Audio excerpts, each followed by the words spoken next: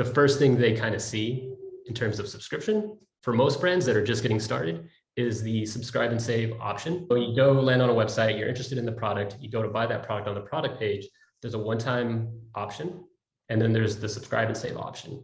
The subscribe and save widget to start there usually has a discount associated with the subscription. It incentivizes the customer to say like, sure, sign me up, you know. So that is like the entry point to subscriptions.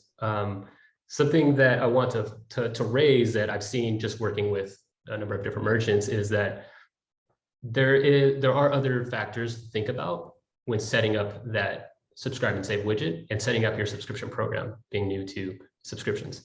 The long tail of it, when you look at your subscription program, once subscribers start to subscribe, one thing that is important is to look at the reasons for cancellations, like why people are leaving, you know, and see like what is causing the hole in the ship, and plug it up, you know.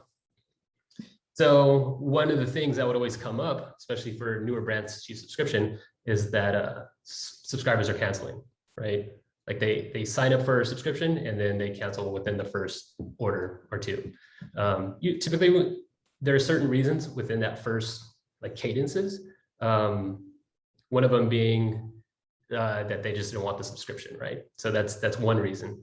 As a brand, you want to make sure that when subscribers are walking into that door, into that club, you could say, and that's another thing I'll touch on is like the way you position the marketing aspect of your subscription program as like a club or a membership, as opposed to just like a subscription. You know, I mean, that's fine too. There's certain brands that can do really well with that in the way that their brand is set up. But what really helps reduce churn on the back end is surfacing your subscription program on your site and positioning in a way that incentivizes the customer to see value in that. So as a subscriber, you get a certain percentage off of this cool, you know, product. As a subscriber, you get free shipping, or, you know, there's certain incentives you can include in that subscription program, but also surfacing on that page. And a lot of brands, or I wouldn't say a lot, but there are certain brands out there that do this really well. Eli's brand, Olipop, does this really well.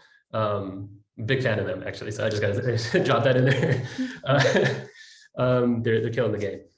But yeah, just surfacing what the experience is going to be for that customer when they subscribe, and they're subscribing for the right reasons, not necessarily just to get a discount.